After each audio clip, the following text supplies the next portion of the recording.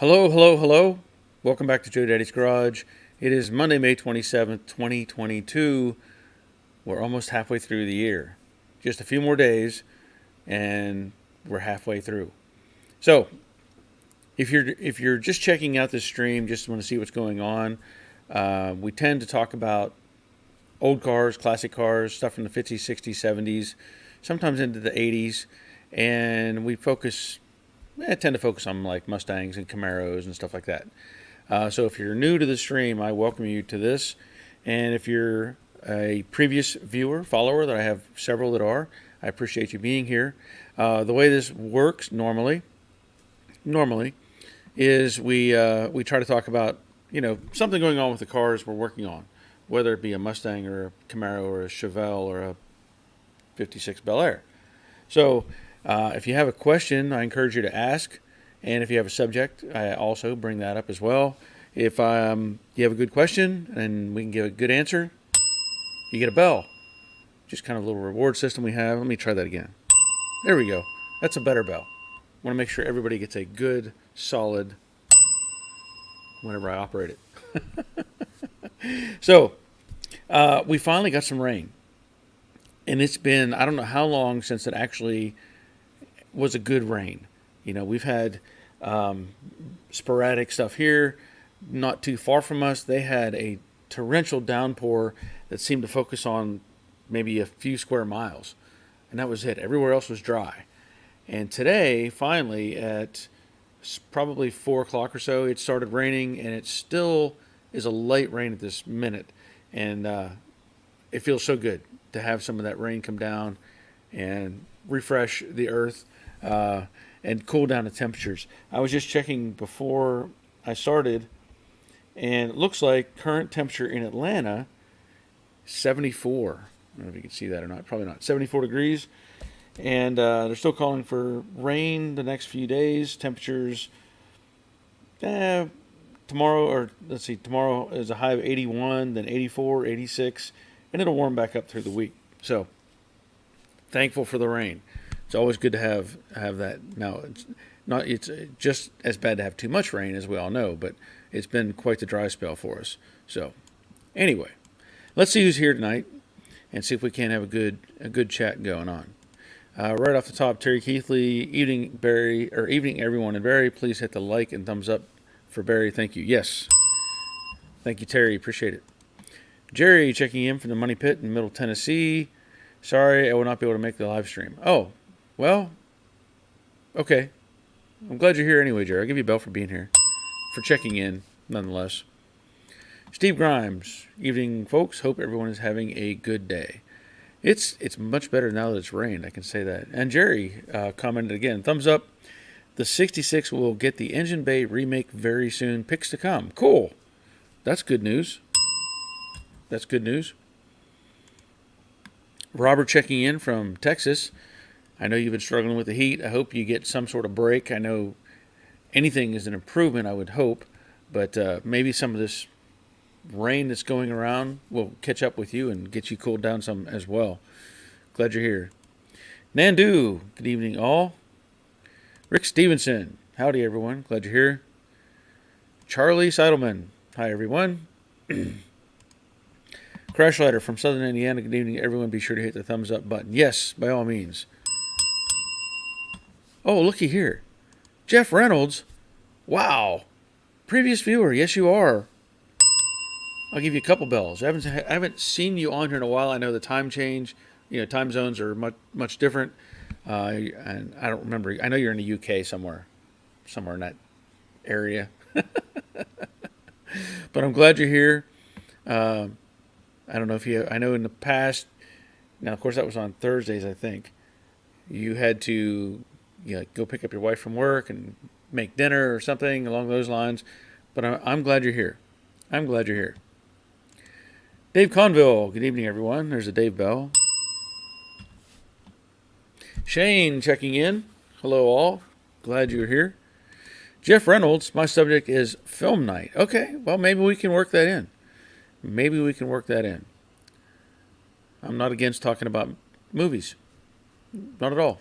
Open to it. Stein here from Norway. Come back after such a long. Deserves a bell or two, maybe. Yeah, sure. Wait. There you go. Glad you're here, Stein. Ron, greetings everybody from the Tri-Cities in Northeast Tennessee. Glad you're here, Ron. And Robert, the cold front made it to us today finally. It was only 93 degrees today, 12 degrees lower than it has been. Not a drop of rain, though. Yeah, it's been pretty dry here, I can say that. And I'm just glad it rained. Just glad it rained. Jeff Reynolds, I thought it was only the British that talked about the weather, especially rain. Well, but I feel like over there you probably get more rain, maybe. I always, the images we get from that area are foggy and, Big Ben and the fog and stuff like that. So maybe it's more wet there. But we've had quite the little dry spell going on here, and the heat. It's been really, really hot. Rick Stevenson, 77 here in Ecuador, but then again, it's winter here. Okay, well, 77 in Ecuador, I'd take that in the wintertime, but I don't know what it would be in the summer. That's kind of the trade-off. What is summer in Ecuador? Simone checking in. Glad you're here, Simone. Hope all is well with you. Excuse me. We've been doing this on Monday night for quite a while, and we were doing it on Thursdays, and that we kind of dropped that out. It had some conflict of interest. I know Jeff usually was here on Thursdays, but I'm glad you're here, Jeff. Okay, so Jeff says, Barry, for us Brits, talking weather is normal. Well, we've been talking about it quite a bit here in the States. We've been having some really, really high temperatures, and early on in the year, it was nice. It was nice all the way up till maybe beginning of June. And then it just took off and started staying really hot. In fact, I'm going to have another video out on my other channel. I bought a little window air conditioner to put in the sunroom on the back of our house because that is on the, west side of the house, I guess. So in the evening, we would have just the sun pounding on that room, and it was affecting the entire rest of the house, really. It was just pushing heat into our kitchen and living room. And, I bought a little window air conditioner just to try to help out with that area. And I have to edit that video and put it on my other channel. So it's been very beneficial at this point. It's helping a lot. Robert, I'm going to jump on a flight to Quito. I don't know what is Quito. Is it Ecuador? I don't know. But that sounds like a plan. Shane, if we talk movies, it has to be about the car in movies, like the Fury, 58 Fury in Christine. Oh, we can do that. Yeah, we can do that. We can find some way to weave the actual car into various subject matter. So we can, everybody think about that. What kind of car you would want to talk about in a movie. And Simone, we are expecting rain here tomorrow. Well, I hope that's a good thing. I don't know. We've been having, for us, anything at this point is good. So I don't know where you're at weather-wise, if that's normal or if it's you've been lacking. I don't know. But I hope it's good for you. I tried to reach out to another. I think they have a YouTube channel, but they also have an Instagram, and I think it's Iron Horse Garage. And I tried to reach out to them earlier today to see if they wanted to be on this chat. Haven't got a response. I got a notice that they apparently saw my message that I sent to them, because we had talked about it before about having them join in and maybe talk about what's going on. Let me see if I have got any other response. No. So maybe we'll get it another night. We'll find out if somebody wants to get in on another night. Let's see. Jeff, Barry, if your window AC video on your other channel is exciting as packing a tent, I'm all in. Hey, but that was a valid video. I must say that tent video was valid. I needed to demonstrate that.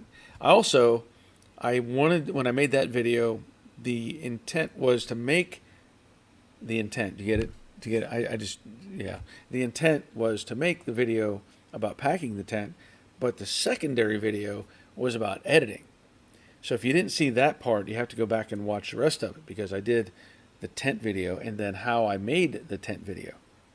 So I was trying to, share some information there. Simone, it has been hot recently. The garden is half dead.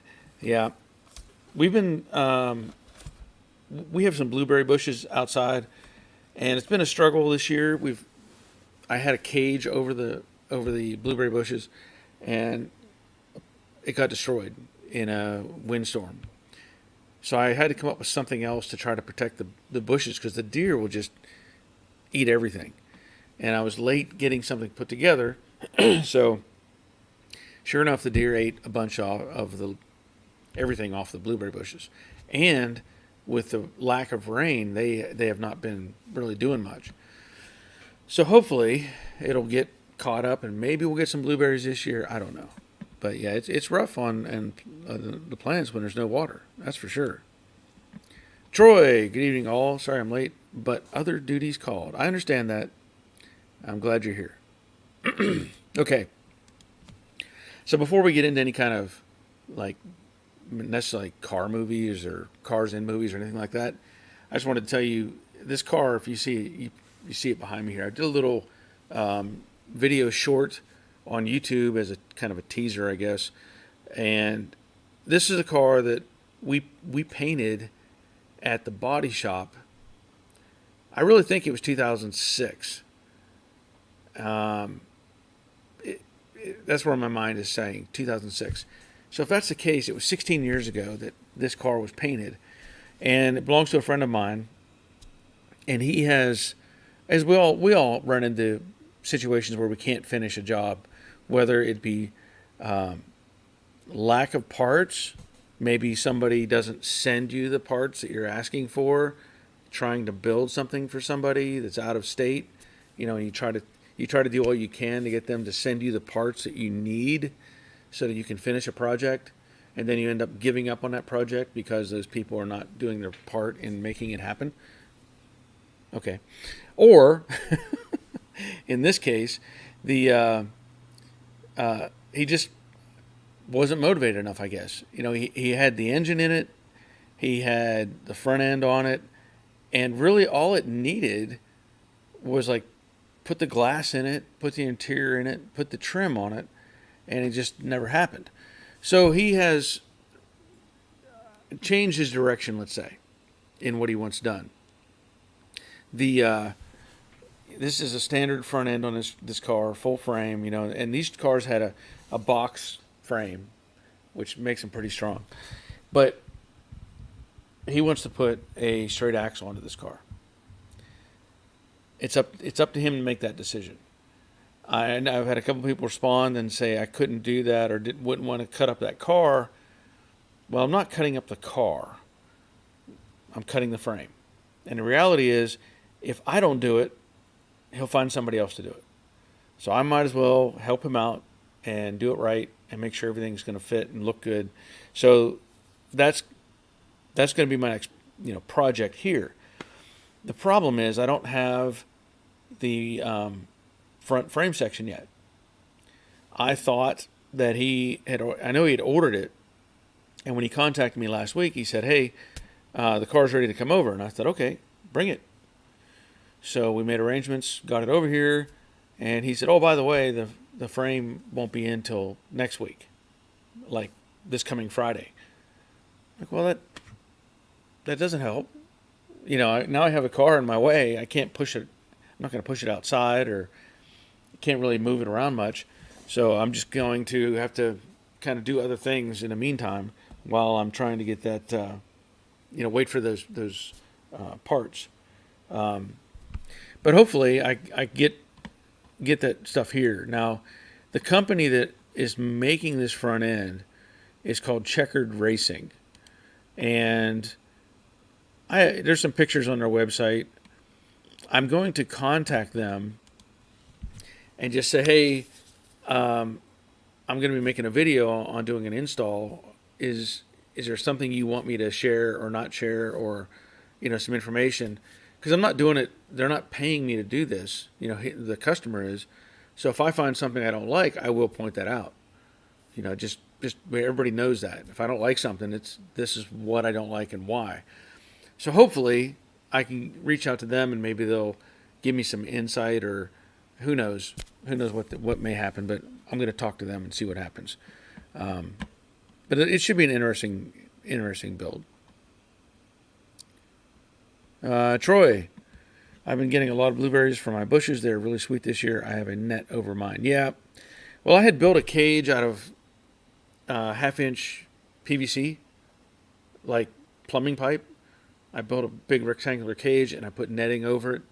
And somehow the wind could get a hold of that thing and blow it. And finally it just broke apart. So, I like to salvage things and try to reuse what I can. So what I did actually is take, my kids had a trampoline. And the new trampolines, or newer trampolines, they have safety. You have to have safety in mind. The trampolines that I grew up around, I never had one, but some friends had one. We never had a safety net or anything like that around it. It was, you're all in or you're all out. And this particular trampoline had these hoops, kind of whatever. And they were designed so that the net would hang into that, and if you fell, you would crash into the net and whatever. So that thing fell apart, and I saved those hoops. So now those hoops are over top of my blueberry bushes, and I took some fencing and put around them. I still need to wrap some netting around the upper section to try to keep it contained. But that's, repurpose, salvage, reuse, whatever you can. Jeff, Barry, and your more loyal followers, I may not have commented, but I have been following the Camaro. Okay, well, good. I appreciate you following along. I'm still waiting on Autometal Direct to contact me about those parts that I want. They said they would send me stuff. I don't know if we're still in the loop. No follow-up, so I'm kind of just waiting, and I may have to reach out to them again and see if there's any information. Robert, if the next owner wants, they can put a new frame in the car and it's all back to where it was, no harm done. Yeah. In fact, on that Checkered Racing, they sell a Tri-5 Chevy full frame, the whole thing. And I guess based on what their pictures show, it comes with a Mustang 2 front suspension, rotors, calipers, braided brake hoses, rear differential. I don't know if it comes with an axle or not, it says 9-inch Ford housing. Anyway, so if somebody wanted to, they could actually just buy that rolling chassis to put underneath that car. So, but you're right. It's not like people aren't making this stuff. Good answer. Rick, perhaps the company would be willing to sponsor you a series of videos installing their product. That's a possibility. And that's why I want to reach out and just see, hey, now I don't know what I could offer beyond this front clip. So the owner of the car has already bought the front clip. And I don't know what I could suggest to them that would say, hey, I would like to show some of your products. I don't have anything to really put a frame under, or, I don't have anything lined up. So that's the difficulty with that. That's the difficulty. But you're right. Let's see. Shane, I strongly disagree with cutting that nice car, but the videos should be great. Yeah. Yeah, I'm with you. I believe me, I'm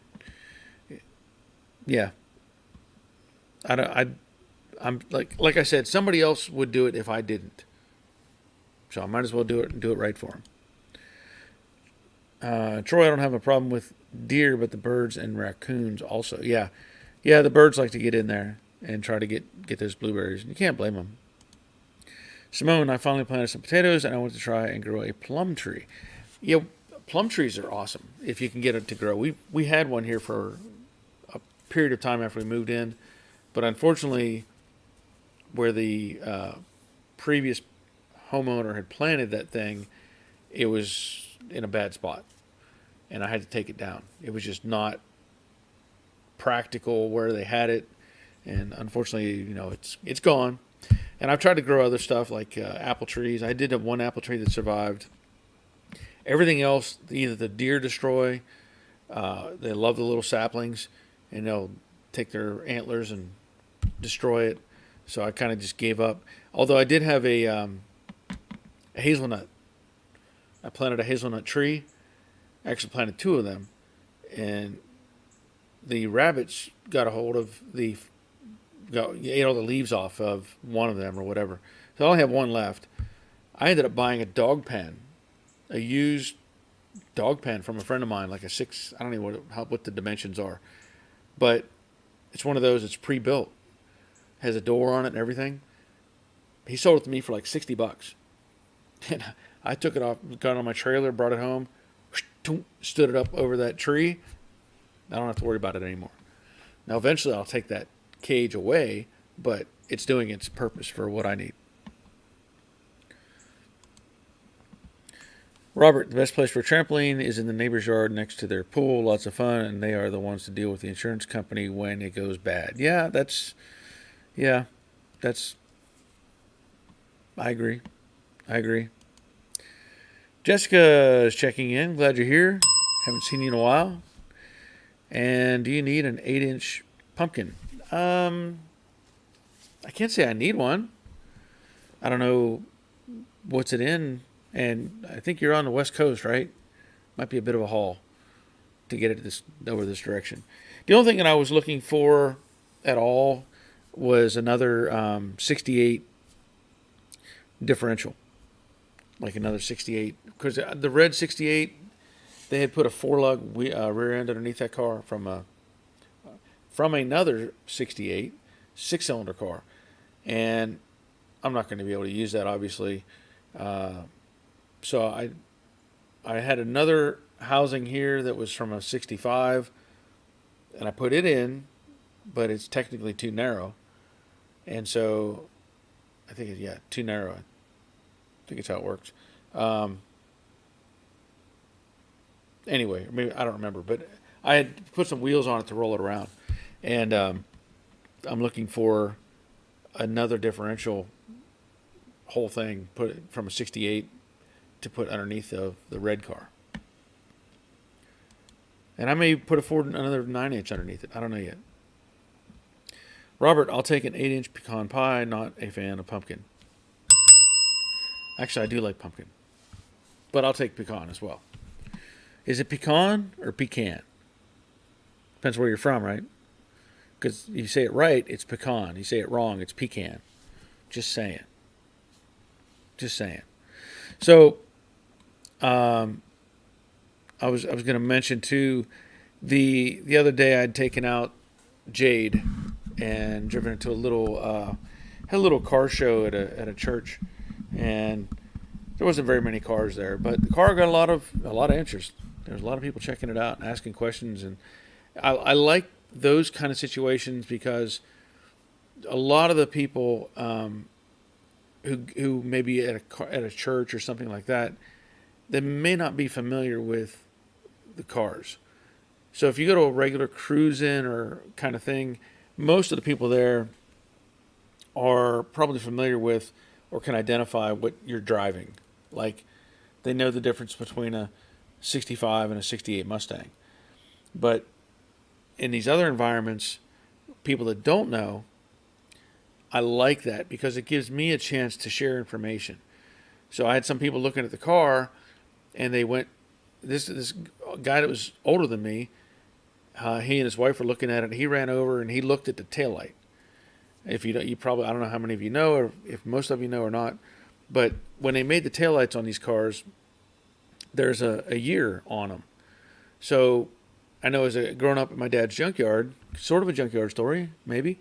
Um, if if I was ever trying to figure out what year the car was, I would go straight to the taillight and check it out. And there's a little number down there, and it would be, 67 or 66 or whatever. Now, I don't know what year they started doing that, but this gentleman went over and he looked, and he looked up his wife and he said, "I told you it's a 67." And I said, "No, it's a 68." I said, "But you were right in looking at the taillight to look for the number. But unfortunately, the 67 and 8, basically, they share the same taillight." And I said that I try to point out the little differences for the less learned, in the sense, looking for the side marker lights and the little grills in the quarter panel where the 67 and 68 are similar but slightly different. And it was really, really fun. Lots of people with their younger kids and stuff, 10, 11, 12 years old, wanting to take pictures with the car and all that. So it was fun. I really enjoyed it. There's still a few minor things. I talked about it before, where I need to come up with an overflow bottle. It shouldn't be that big a thing, but I will take care of that. And anyway, it's just fun to get it out and show people the car. Aaron, either way, it's delicious. Oh, whether it's pecan or pecan, yeah. Well, I agree. I agree with you. Bob, survived my Okie Boneyard trip, made me late. Oh, well, I'm glad you're here, Bob. I'm glad you're here. Hope you found what you needed at the boneyard. I don't know what maybe in particular you were looking for, but hopefully you found what you were looking for. Shane, around here in Southwest Pennsylvania, there are no junkyards with older cars anymore. It sucks. I'm with you. I'm with you. I know that there's a very popular junkyard in North Georgia. I don't know the name of it. Never been there. But they talked about having 4,500 cars or something that are all in the woods, just slowly rotting away. And I think they do sell stuff, but I don't know how much it's been picked over. There's was a few older junkyards around this area. They're pretty much gone. There was one place kind of south of me. It was only open on Saturdays, and I think last time I drove by that one, there's still cars there, but it's all grown up over. So I don't know if there's anything worth even dealing with or getting from that place. Rick, I have an overflow bottle for my 65, but the voltage regulator is in the way. When I try to install it, I figured out how to put it in properly. Okay. Yeah, that's something to consider too, is that voltage regulator. I know I do have a one-wire alternator that I plan to put in Jade, and that'll eliminate the voltage regulator. So maybe that'll help in my case in trying to find an overflow location. Aaron, thoughts on radios, debating between soldering in Bluetooth to factory AM radio or buying one of the modern ones. That's a tough question. I don't know what would be involved with soldering in the Bluetooth. I don't know what that really entails. What you have to do to modify that. But I had bought one of the retro sound radios and put in Jade, and it was just a standard simple radio. I probably shouldn't have done it. In hindsight, it looks good. It does have the MP3 plug-in. I didn't do Bluetooth, but I've had trouble with it, and trouble with the way it sounds and the speakers and stuff like that. So I don't know what else is available beyond the retro sound version, but I may consider doing something different entirely. Now with the AM radio, you don't have a lot to lose. I mean, I don't know that there's people out there oohing and awing over having an AM radio in the Mustang, but it would look factory, and I don't know, again, what it takes to hook up to Bluetooth to make that function. But that would be kind of cool to keep it stock looking, but yet have good sound to it. The drawback may be can you amplify it? Can you make it sound better? I don't know. I don't know what all the parameters are needed for that. So, Robert, Few yards here in Texas have anything older than 90s. Few yards here in Texas have anything older than 90s these days. One that specializes in old cars, but not the norm. Okay. Jessica, Fresno has Turner's 100 plus acres of old cars. Oh, interesting. Thank you for that. Dave Conville, Old Car City in White, Georgia. Yep, that would be correct. Thank you. Aaron, if the AM radio works, soldering and Bluetooth is under an hour of work and about $20 in parts. Okay. And then he says it would still be mono and same output power. That's probably the drawback overall. I mean, if you just want a little bit of sound coming out of it, fine. But anymore, we all like to have our stereos and good sound. So I probably wouldn't go that route personally. Ed Cucurella, used car parts have gone way up around SoCal. Most yards are owned by LKQ and Pick Apart. Yep.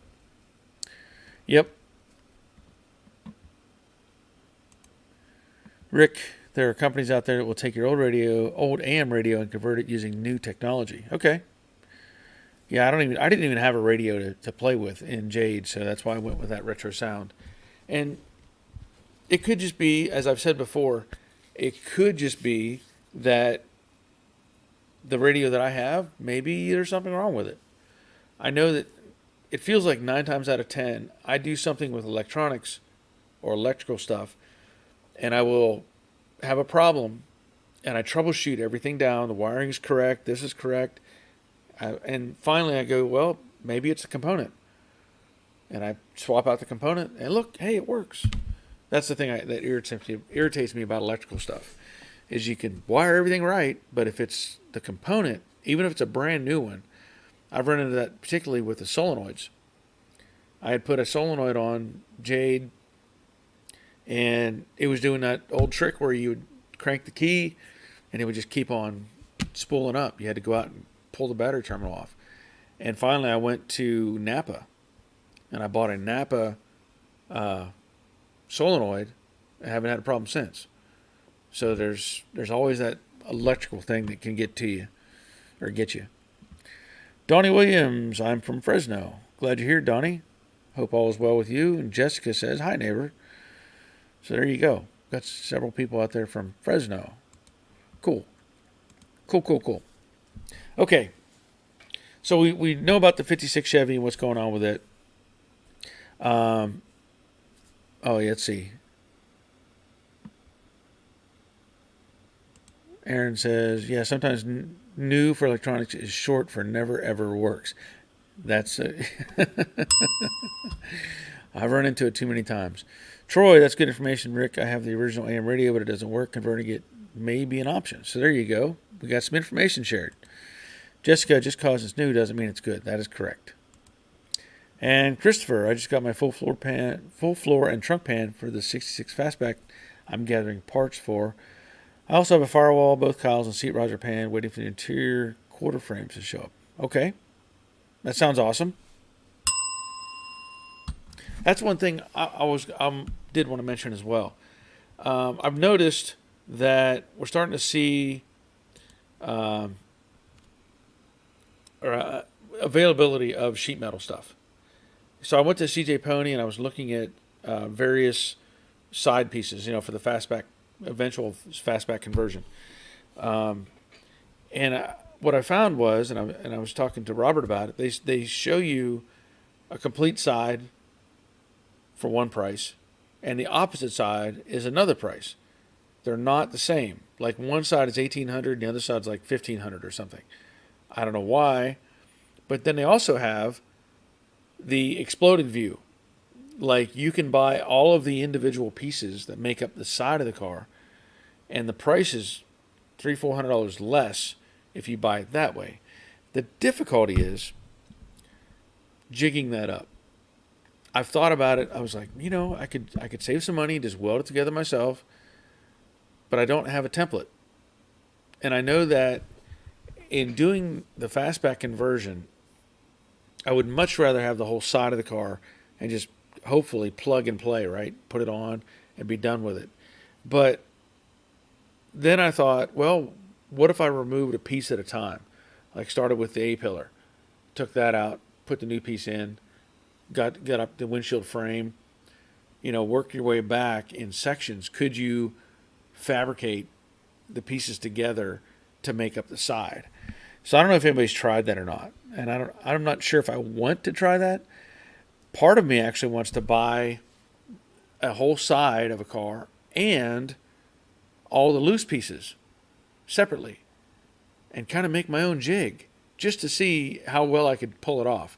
If I could buy, have the side of a car as a sort of template and make my own jig system that I could put those pieces in, I could be fabricating up a side of a car and selling it.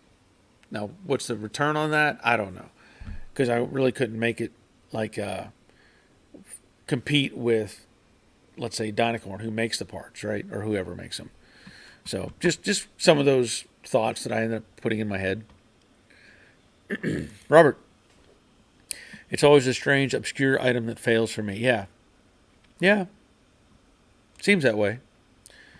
Christopher Gibson, I wanted to build one from all Dynacorn parts. I have a parts car, but very little is savable. I know how that works. Yeah. Hopefully it all goes smooth for you. Hopefully. But if you have at least the car that you can use as a guide, measurements and stuff like that, that'll be very beneficial for you. Larry Bibby, hello from Flyover, Nebraska. Flyover, Nebraska. Nobody stops there. They just fly over. Shane, parts availability is bad enough, but we all have been built back better out of our builds. Too expensive now. That is another problem. Yeah, we've had a really interesting time with our let's say management. Yeah, our management has not done a very good job managing things. And I see. I don't remember what the parts were selling for before. As far as like the side of the car. I don't know. I don't have any reference. I didn't record and 2 years ago and say, oh, they're selling the side for X. I don't know. I would still like to see if there was somebody I contacted who would be willing, their Dynacorn dealer, that they said they would be willing to ship me everything in a package. And I probably should contact them again and see if they have access to those parts. So that would be good. Jessica says, well put, sir. Yes. And Aaron, does our management know he's management? No. Nope. Just a puppet. Just a puppet. In fact, I saw pictures of the manager in charge recently. Had a little cheat sheet that said, you enter the room, you sit down, you ask question, I was like, you've got to be kidding me. You've got to be kidding me. Robert, parts inventory seems to be catching up quickly now, but people have stopped buying, which is obvious since the percent off sales are going again. Well, that's a good thing to keep track of. Hopefully we can take advantage of that, right? So we had the lag of parts, and now they may have a bulk of parts that they can't sit on. So maybe it'll help. I don't know. Donnie Williams, question: is it possible to do a complete firewall without removing the front aprons? Well, okay, so you're asking, I think what you mean, you don't actually mean the front aprons, you mean the rear aprons. That would be my assumption. And it would be difficult. Now, the reason for that is the apron, ideally, in a perfect world, the firewall goes underneath of the floor pan. The whole point of that is If you're driving down the road, water will actually go under the firewall and go under the floor pan. So, um, oh, sorry, I'm catching up with Simone. But the firewall should be underneath the floor pan. Okay. Whenever I tried to do that on the light blue Mustang that I did years ago, when I put in the floor pan, put in a whole piece, whole piece floor pan, you can't rotate the firewall underneath of, at least I couldn't rotate it underneath the new floor pan because of the angles. It has to be able to have clearance so that where the kind of hard to give you a visual reference, but where the apron is comes straight down the firewall and then angles back to the firewall. If you try to bring the firewall in, the corner hits. You can't bring it forward enough. So, can it be done? Yes, but you're going to have to put the firewall on top of the floor pan, which is what I did in that light blue car. If you put it on top, you have to make sure you seal that thing up really well. It'll still work, but it's just going to be different than what they did at the factory. So just know that. So possible, yes, but it won't be as per the factory design. So good question. Troy, our management doesn't even know what day it is. I agree with that. Yeah. The CEO is just a figurehead. Doesn't even know what's going on. Simone, my engine management. What? I don't know. My engine management is me. Okay. Simone, I read the previous message wrong. Okay. We're talking about our manager-in-chief. Our manager-in-chief who can't even... Just never mind.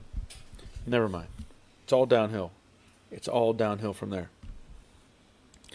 Donnie Williams says, thanks. You're welcome. Just like I said, just know that it's not going to rotate. But you could, depending on the condition of the rear aprons, if they've got some rust, you may end up replacing them anyway. So if you took those out, you could get the firewall. I think you should be able to get the firewall in without an issue. But just know that. Take a look at it, and you could even make if you wanted to, make like a cardboard template and just see how those pieces interact so that you understand more what I'm talking about. I know I do that on occasion.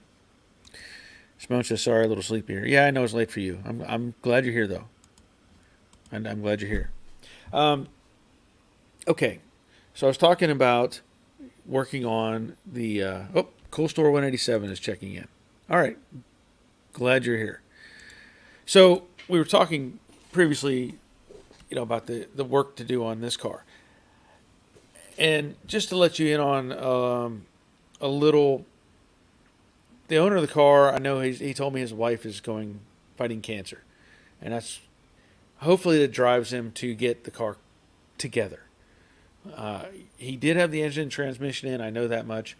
And now I understand his idea of completing it with the straight axle. Personally, I probably would have tried to complete it as it was and just, his wife wants to go drive in the car, and I get that. But maybe she's the one that would like to see it with the straight axle. I don't know. So that's one thing I have to consider as well with doing this is it's kind of one of those couple relationship type of things that needs to happen. So what I may end up doing, I don't know just yet. There may be some conflict with putting it together in that there's a cross member that goes between the frame rails that holds the engine. And based on the pictures that I saw on their website, that piece is not welded in. Like, they're going to leave it up to the end user to determine whether you want it forward or aft. And I get that. If you're doing like a drag car, you may want that engine scooted back as far as you can get it. And that gives you that option. So the conflict I'm going to have is I don't know yet where the engine sits. Like, I don't have anything right now as a reference point. So I may have to contact him, and my thoughts are: do I get the whole engine and transmission that he already has? Have him bring it over here, place it in the car where it's going to sit, get the engine located, put in the cross member, and weld it up. That's one of my ideas. Another one would be to do some measuring to determine where it sat originally. So if I have let's say the engine mounts that were in the car, where they sat, and if they use the same kind of engine mounts as more modern style, I don't know. But if I had those mounts, I could possibly locate those, use the cross member to put the new ones back in the same spot, if you get what I'm trying to say there. You can almost make like a little jig that locates those brackets. Because once you get them in, you don't want to have to cut something loose and adjust it. So that's something I have to consider. Let's see. Aaron, thoughts on using panel bond rather than spot welding the cowl? It's so many spot welds. Yeah, I get that. And I can't say that I would use panel bond to hold a cowl on. The problem you run into, I've used panel bond in the collision industry, right?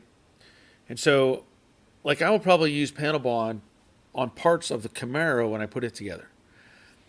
The reason that you can use it or can't use it is based on how the pieces interact. So I know when we did the body shop stuff, we could use panel bond to put the bedside on a truck. You could bond the whole length of the bed, but the front and rear had to be welded. And I think a lot of that was just collision related and twist and stuff like that. On a car, we could panel bond the sides, but the windshield and the rear section had to, where the pinch weld at the windshield and rear glass, that had to be welded. You could not use panel bond up front. Now, modern cars have a lot more, let's say, structure than some of these old cars. So like on a collision, it's meant to collapse and protect the driver.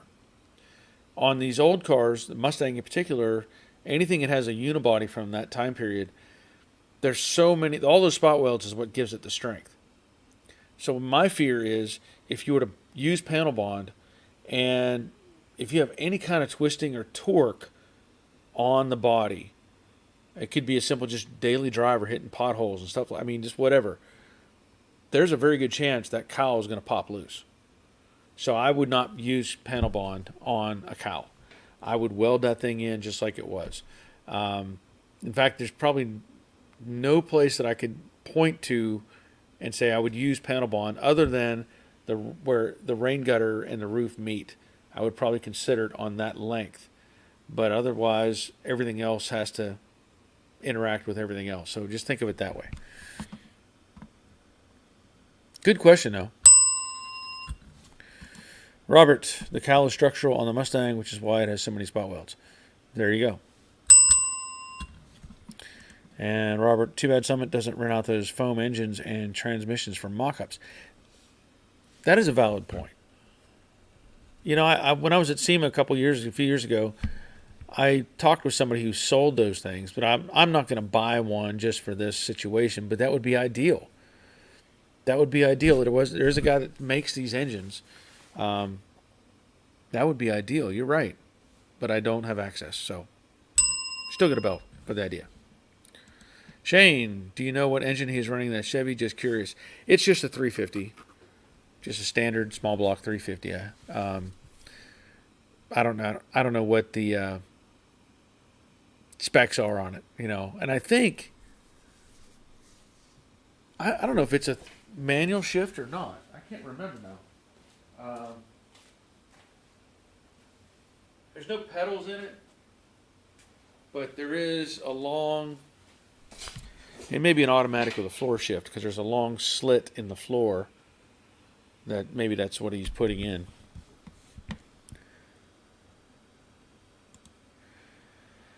Shopcat Industries, Lowberry, Hooked on Classics, and the Infernal Craftsman. Glad you're here, Shopcat. Alex, Have you bought? Have you ever bought a Dynacorn complete chassis? Like the whole car?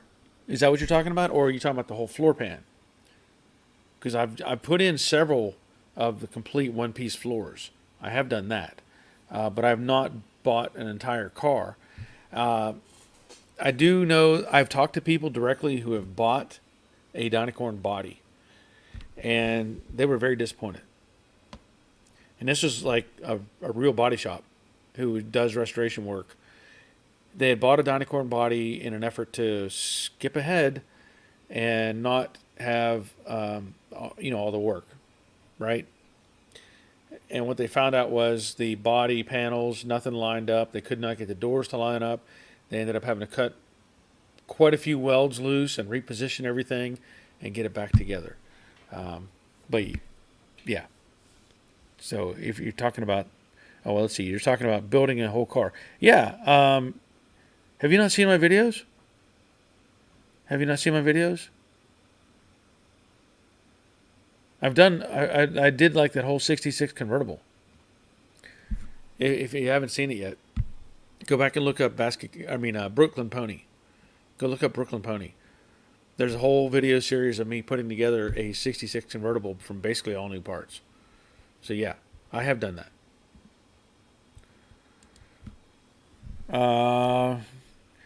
Christopher, what would be your thoughts on building a frame jig using the Liskey drawings versus using a body cart like you did in the past? I actually have an idea for building a frame jig. And I don't have the drawings, as you mentioned, the Liskey drawings. But my idea, and I bought a boat trailer, a boat and a trailer, earlier this year, and I plan to use that as a foundation for my frame jig for a Mustang. The idea being that I could roll it in, I can roll it out. I can, if I'm done with it, I can set it outside and leave it as a boat trailer. But I do have an idea for doing that. But I have to, I don't have the drawings, so I don't know how accurate those are. I'm sure a lot of people have used those drawings, but I do have an idea for building a frame jig. Now, the body cart that I used, it worked fine because I started with a foundation of a one-piece floor, and I would like to have the frame jig set up, and again on that boat trailer because it elevates it and it's mobile.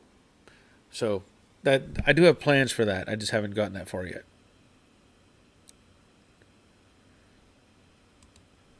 And Christopher says building a whole car. Yeah. Robert, the Liskey drawings have a lot of errors in them. You end up using half a dozen drawings to get all the right numbers. Even at that, I would rather use a clean car as a template. Yes. And that is one idea that I'm leaning towards. I talked about it before where I had the stray pony Mustang. And I had an idea of kind of pulling things off of that car and using it as a guide. Currently, my thoughts are leaning more towards using the 67 as my template and getting location points using that car. From what I can tell, the car has not been wrecked, and I'll have to do my own measuring and stuff to make sure it's square. But that's kind of my idea: is take that 67, build a frame jig under it, basically, and go from there. So yeah, I like that idea better. But I haven't even looked. I mean, I've seen the drawings, and I know people have said there's problems with this and problems with that. So I'd be hesitant on using the drawings. Christopher, I've watched them all. Okay, well, good. I'm glad you've watched them. Hopefully you get some good information you can use for your project. Auto Salvage Outlaws, Joe Daddy's Garage. Hello. Glad you're here, Auto Salvage. Simone, Barry almost made a mistake with the Cortina. When I came home from a show, there was very loud metal scraping noises. Clutch bearing, I thought, but it was a loose cam cover. Silly me. Oh, well, at least that was an easy fix. Yeah, if it's just a cam cover, that's good. That's good. Christopher, I remember the scrapyard video was waiting on the follow-up video. Yeah, I'm kind of in between everything right now. I took advantage of getting that trailer because the opportunity was there. And I thought, well, I'll just take care of it and make the video on it and know that I do plan something else with it in the future. And then everything else gets kind of in the way. Auto Salvage, is that a 55 or 56? That is a 56 Bel Air. Yeah, from that angle, you really couldn't tell. I mean, basically, the giveaway is the front end and the quarter panels, right? That's really the giveaway on those cars. But yeah, it's a 56. Alex, yeah, I'm curious about the Dynacorn bodies. Found a 73 Challenger near me, but it's rotten. Not sure if there's a solid foundation underneath the rust. Every panel and rear rails need to be replaced. If I were you, I would contact Auto Metal direct and see what they offer. I haven't looked. I know they're heavily in the Mopar stuff, and so that may be your better bet.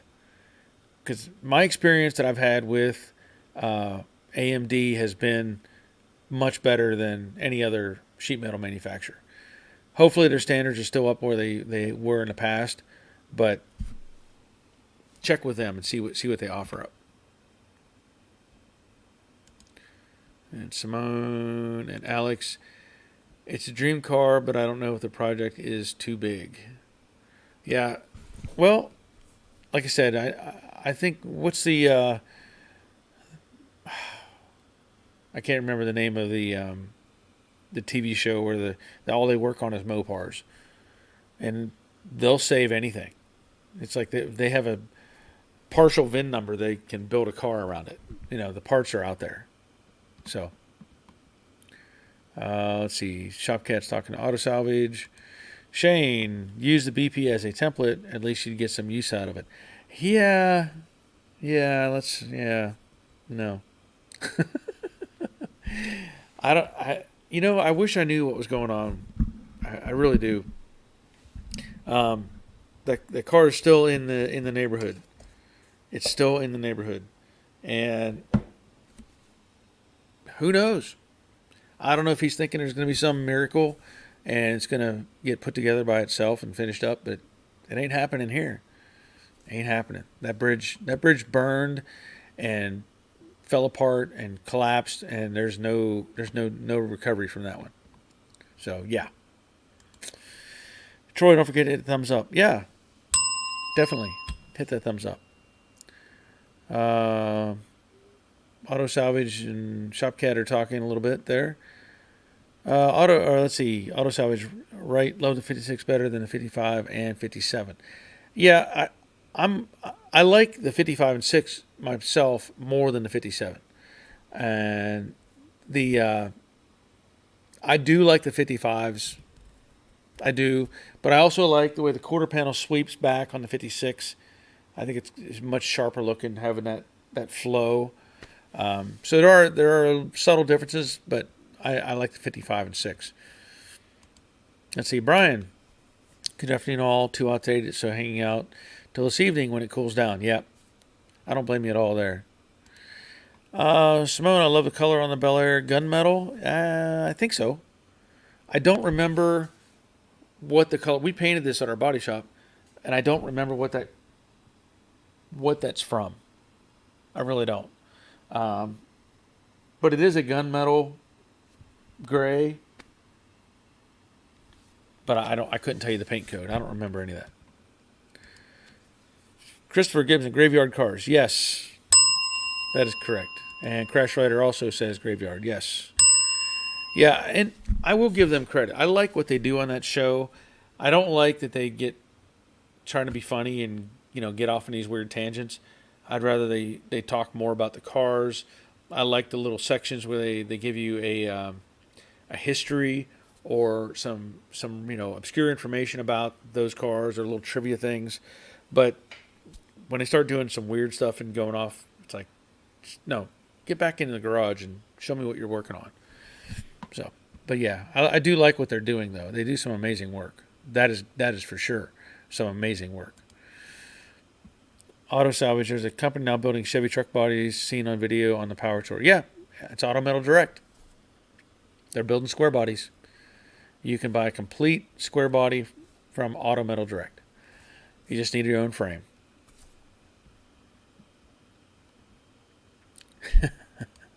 Ed, I understand the BP was stolen over the 4th of July weekend. What is your address? If I didn't have to cover the cost of it disappearing, I would definitely share that information. Shopcat, I'm good at. Okay. Getting close to having 450 subscribers. Okay. Auto Salvage, Shopcat Industries. 601, back down in 594. Auto Salvage, what engine are you going to put in the 56? Well, it's this actually belongs to a friend of mine, and he's putting in a 350, and I believe an automatic transmission. This car, I'm going to cut the front frame off and put in a straight axle for him, and get it all, back together.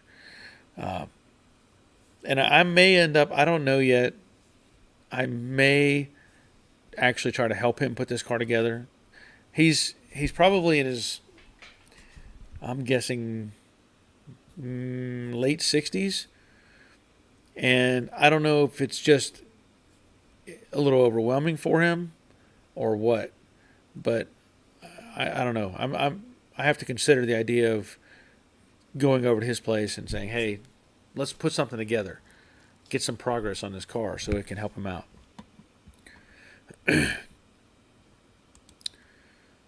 Let's see. Simone. We had some good shows on TV for car restos, but they mostly fell flat. Car SOS was good. Okay, haven't heard of that. Yeah. Okay. Rick. Start charging the owner for storage on the convertible. I have been. He hasn't sent me any money. So I don't know what's going on. I've given him notice of the storage fees, and that was back in November that I was giving him the notice of it. Sent him messages, said, hey, this is the cost for November, this is the cost for December, this is January. Haven't seen anything. So I guess I can wait. I don't know what the timeline is. If I need to wait maybe a year. I don't know. Maybe that's what he wants me to do is file a mechanic's lien or something. Maybe that's what he needs me to do to manage it. I don't know. Doesn't make any sense to me. Auto Salvage, that would be cool to see and also give you more videos on it also. That's a valid point. That's a valid point.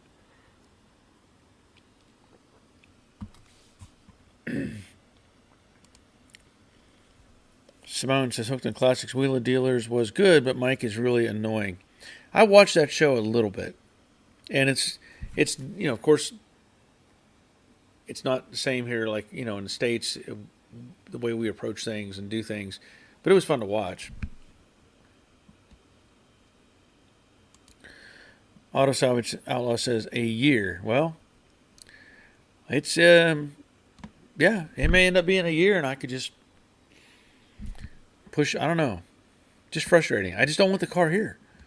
I don't want the car here. I want him to have his car, get it out of my life, and be done with it. It ain't happening. It just ain't happening. If you're a towing company, it's 90 days. Yeah. Well, I'm not a towing company, but thank you for that. Michael Pagliarini, why a gasser, not a resto mod, less back pain?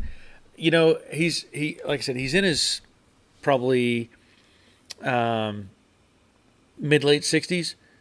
So I'm thinking it's an era thing, right? It's something that he could have or would have done when he was younger and never got a chance to do it. And I think the resto mod is kind of out of his window, let's say. So that's kind of where it's at right now. I think that's how his mind works. Mr. Fireman, maybe he wants you to keep it. Maybe so. If he does, send me the title. That's all I can say. Send me the title. And the thing is, I don't want the car. I don't want it. I don't want it here. I don't want to look at it. I don't want anything to do with it.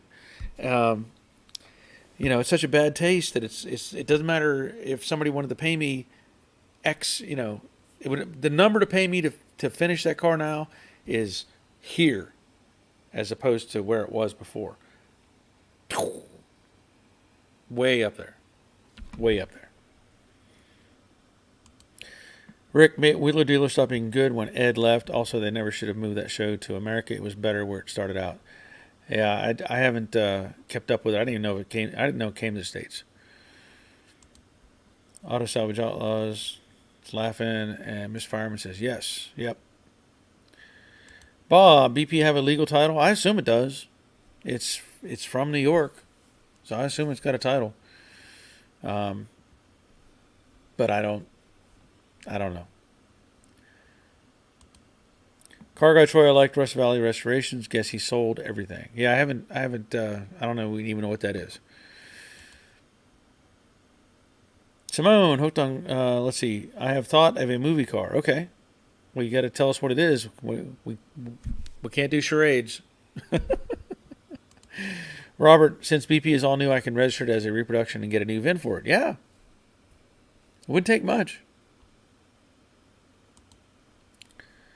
Let's see. Auto salvage. A lot of people don't know what it goes into build one. Prices on parts and labor. They don't think about the car just sitting.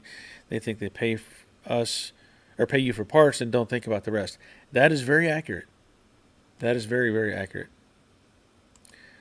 Shane, New York. Enough said. Yeah.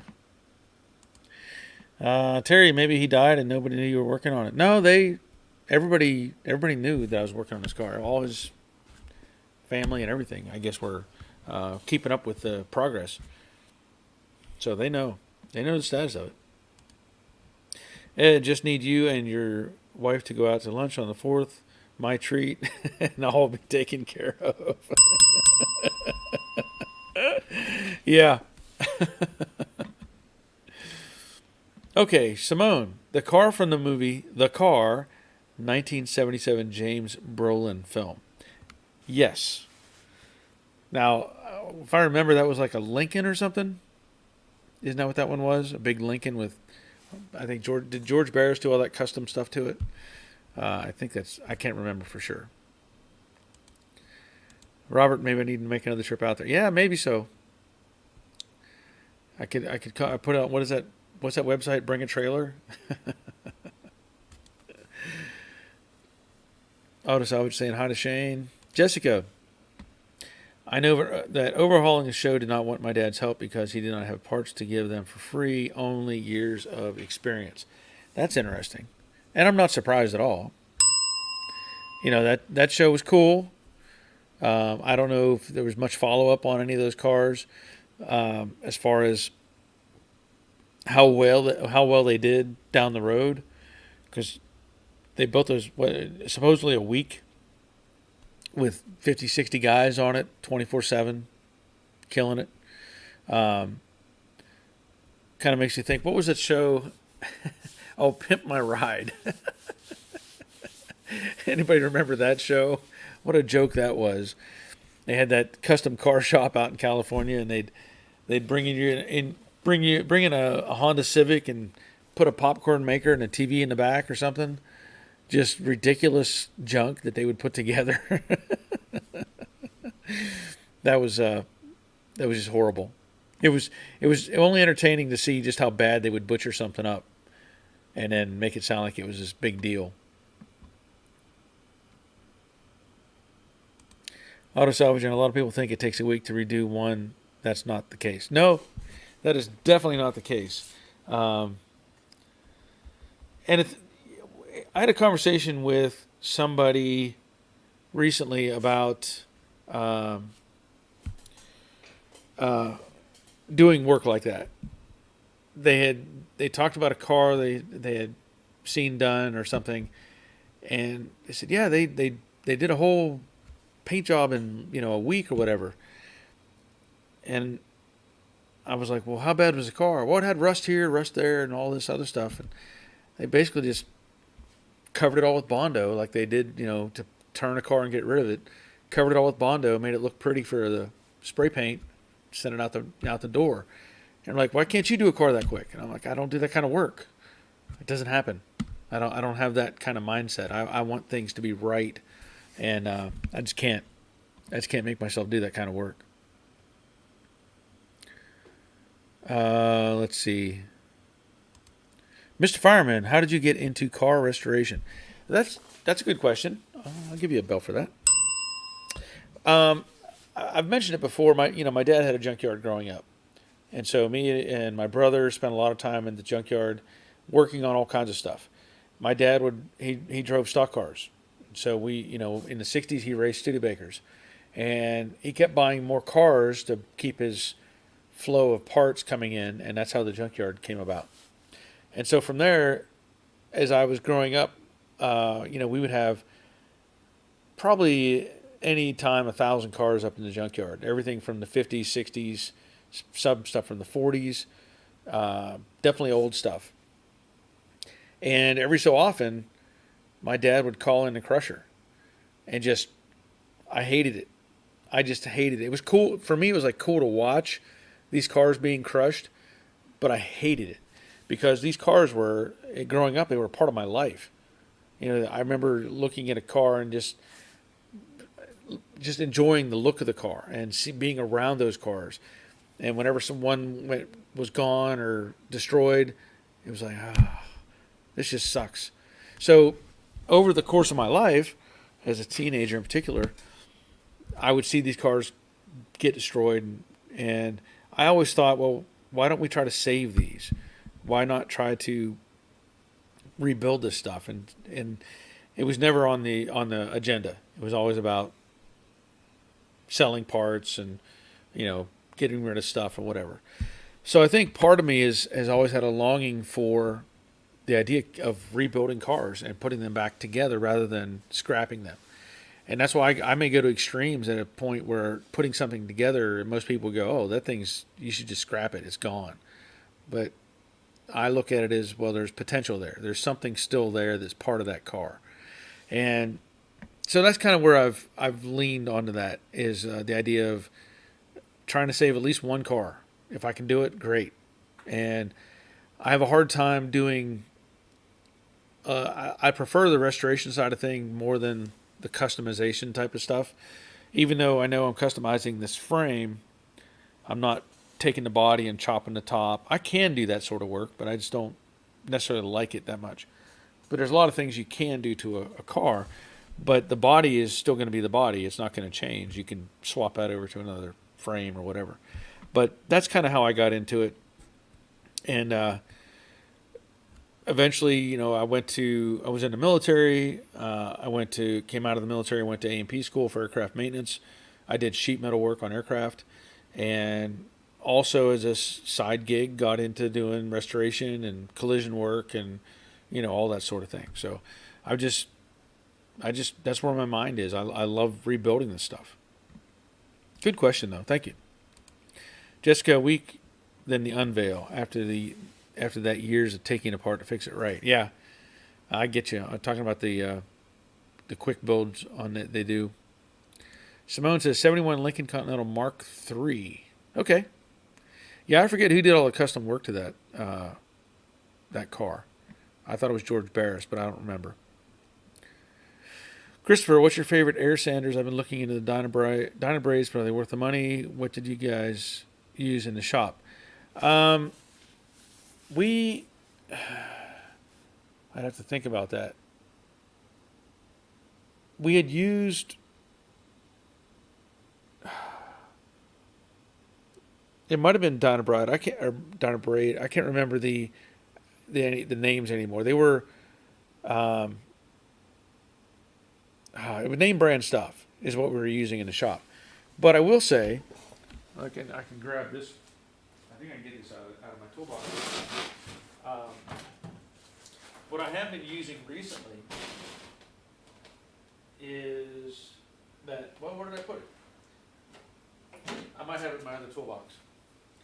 But I did do a video on this brand, this Baxter. They sell them at Harbor Freight, but they're well made. And I've used the straight sander, the air sander, from Harbor Freight, and I've had good luck with it. I've used this little belt sander. I love this thing. Again, from Harbor Freight. The belts are interchangeable with just about any half-inch brand, and I've been really happy with this brand. So Baxter, at least at this point, I'm calling it a good brand. Now, is it worth it to buy the name brand one versus an off-brand? I can't say for sure, because it probably depends on what your life expectancy is of those tools. Some people buy a tool to do 500 cars, right? Well, maybe the name brand is the best way to go. But if you're only doing 1 or 2 or 3 or 4 or 5, and you're not beating the thing to death all the time, then the off-brand will probably work. But I wouldn't hesitate to pick up another Baxter product from Harbor Freight. Pretty good stuff. Good question. Auto salvage. It took me 4 weeks just to get the inside of the 64 Corvair turbo car done and in paint. Yeah, I believe it. Okay. Brian, the car was indeed a Lincoln Continental, a black on black 69. Okay. So we've got 69 and 71, which is probably basically the same car.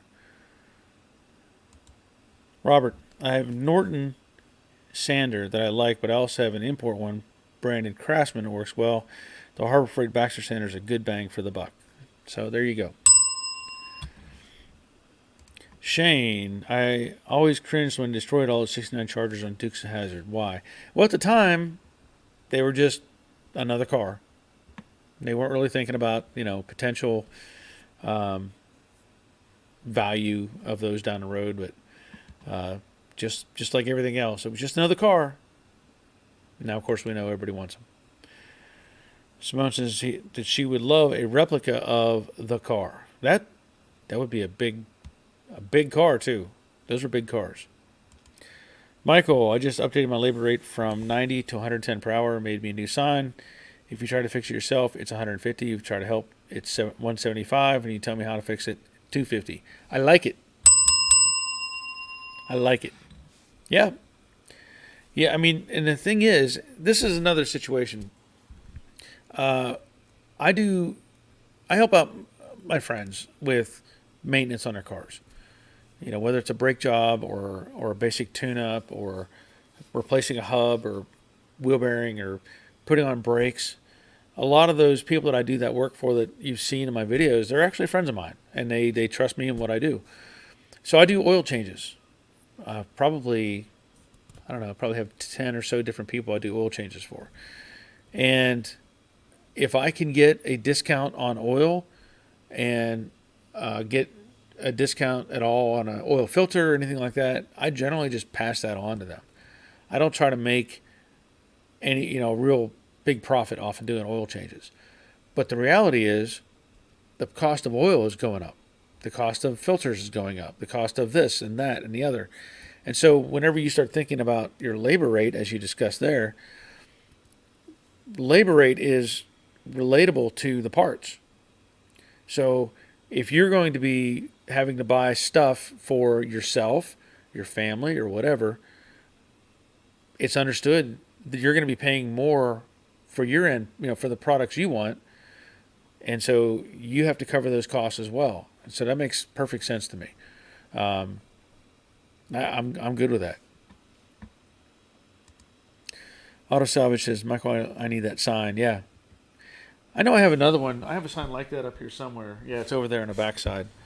It's an old metal sign, and it says similar things. It says $45 per hour, $55 if you looked at it, $65 if you touched it, $75 if you watch, and $100 per hour if you offer advice on how to fix it. And then I think I have another one somewhere in here where it's on this side I have one that says Grumpy's Garage, pay up front, no rush jobs, no favors. The day of the garage monkey is over. Because it's the truth. I mean, there's people don't realize what it takes sometimes to put these things, do the work and cover the costs. Terry Keithley, I prefer Hutchins. That is what we had at the body shop. That's the name I couldn't think of. So thank you for that. Hutchins was the name of the air sander that we used at the body shop, and I know that in particular the straight sander. We had a couple of those. And those things are really nice, really nice. Simone says yes, Barry. It was George Barris on the car conversion. So yeah. Cargo Troy, I have one of those Harbor Freight sanders and love it. Yeah, you're talking about the belt sander or the straight sander, but yeah, this thing. This is probably one of the handiest tools I've ever bought. Honestly, I love that thing because you think about trying to get in somewhere. When I did the demonstration video, getting up into a tight channel, blend down a weld, make it smooth. Hard to beat. Hard to beat. Christopher, I'll check those out. We have a local Harbor Freight here. What about air-powered flanging tools? I don't have any of those. Now, I don't know what you're going to need to create a flange on, necessarily. Because usually a flange, like I did have a flanging tool at the body shop. And in the case of putting like a quarter skin together, where you kept the upper half of the quarter panel, you could flange, make a joggle. Joggle, and put one piece behind the other. You could do something like that, but I don't know. I don't really know if you're going to need a flanging tool, but it's probably worth having. Mike Wencho, good afternoon. Mike from Cleveland, Ohio. Glad you're here, Mike. Simone, a friend has asked me to work on the clutch on his motorcycle. I feel guilty charging for my time over the parts. Crazy, I know. Yep. Yeah, I mean, you just have to. You just have to. Jessica, people telling you how to fix their problems, the plight of every repair person. Thankfully, I don't run into that very often. I get tons and tons of questions. And my friends and, everybody knows me. They're like, they know that they can ask me and I'll tell them. So I don't usually run into somebody else trying to tell me how to fix something. Cargo Troy, yes, that little thin belt sander, great for small places. Yes, I agree. Robert, my long sander is, and I guess he says it spelled wrong, Atcoa. A-T-C-O-A is correct spelling, I assume. I have not heard of them, but I'll take your word for it. Shane, all my side work is family, so my sign would say, you're welcome, now get out of here. Yeah. Yeah. What's for lunch? Simone, be careful with the bearing in the end of the sander. They can fail with too much pressure. Okay. I guess I could see that. Now, I don't know if they sell replacement parts for these, but I do like this little sander. But that's a good point. Thank you for that. Simone says, I call mine a croc sander. Well, that makes sense. Yeah, get me the crocodile. That makes sense. I like it. So, as we're progressing through these different tools and talking about cars, I know that, and talking about movie cars in particular, and, there's certain ones that we always kind of think about in a movie. Like Christine, you would easily say, the Plymouth Fury, right? We can all say Christine, and you can visualize that car. And then there's like the movie The Car. Well, you can look at that and think, I can picture that car. But there's also other ones like Vanishing Point. We can easily go, yep, that's a Challenger, up until the very end where they smash a Camaro. Bullet, I can say that. You're going to go, oops, Mustang, right? Fastback. Or you might think of the Charger. Or you might think of one of the most visually interesting cars in that movie, Bullet, because it occupied the scene, even though it wasn't intended, was the little green Volkswagen. So if you ever watch Bullet, I'm pretty sure it was green. If you ever watch Bullet, you'll see the chase scene. They shot it over and over and over again, or different angles and all that stuff, and you'll see like this little green Beetle come through the scene. They go to the next shot, little green beetle going the other way, and you wonder, man, how fast was that beetle? I mean, if they're outrunning these cars, and you've got this little beetle out there outrunning everything. Robert says Nash Bridges, great looking car, even in yellow. Now, see, I don't even know what that is. I don't even know what that is. You have to tell me what that is because I don't even know what that movie is. I have no idea. I think I've heard of it, but I couldn't tell you what it is. Shane says 53, the Love Bug. Yep. Well, even like you could go to Transformers and think of the Bumblebee Camaro, right? Stuff like that. Simone says, is the Italian Job original a car movie? Yeah, isn't that the one where they have all the Mini Coopers?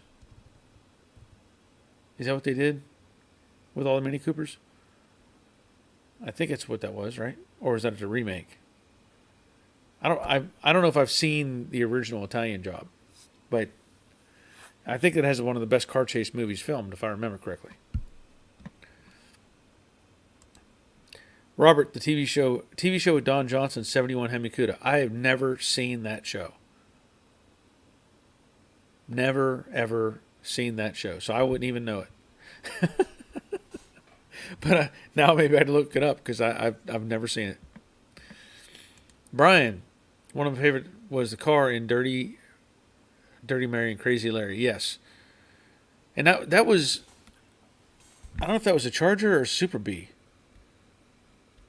I can't remember now. My mind is saying Charger, but I could be wrong. Car Guy Troy, what was the car they drove in? No, there you go. That they smashed. Yeah, I was thinking it was maybe it wasn't a Super Bee. I can't remember exactly. But in fact in that movie, what's impressive is the helicopter. It's one thing to be driving a car in a controlled environment, racing down these roads, sliding, and all these different things. But if you watch what that guy does in that helicopter, it is amazing. It is amazing some of the cut work he does on that helicopter. So, and if you ever watch that movie again, look at those scenes and watch him cut through with that helicopter. Simone says, yes, I think it is. Yes, Minis. I think, yeah. Yeah, I think it was all Mini Coopers in that Italian Job. So, yep.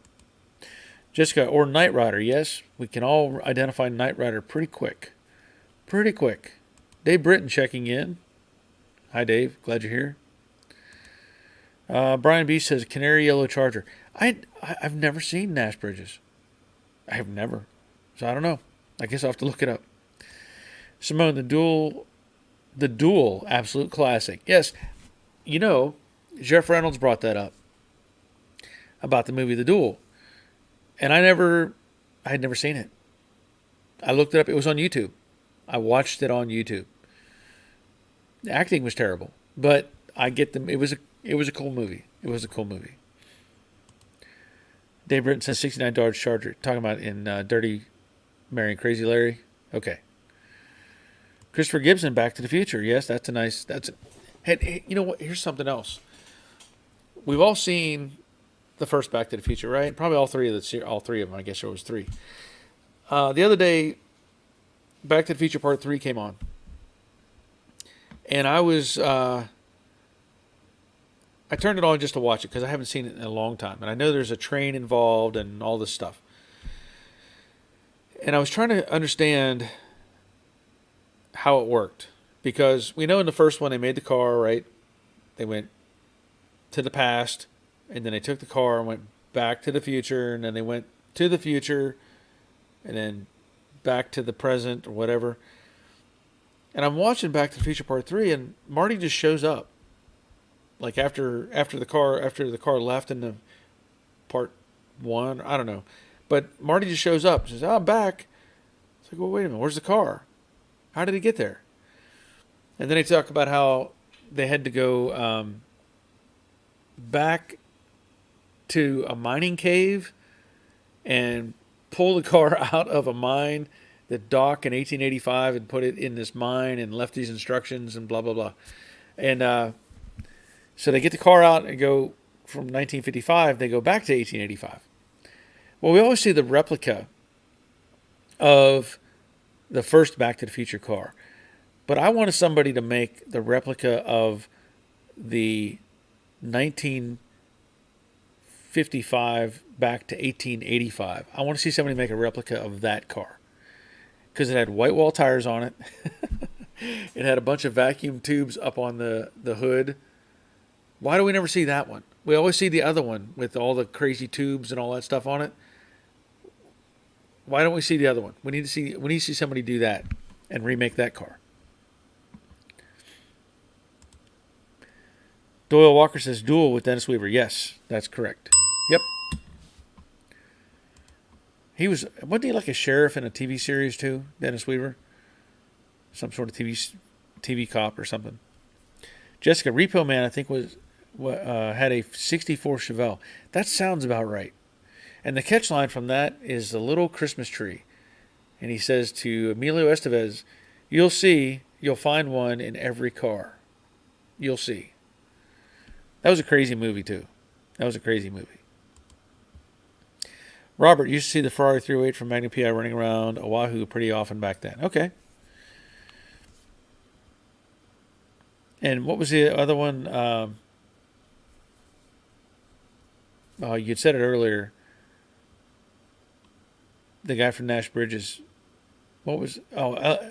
Miami Vice. What did they have in Miami Vice? They had some sort of car like that, right? I don't remember what it was.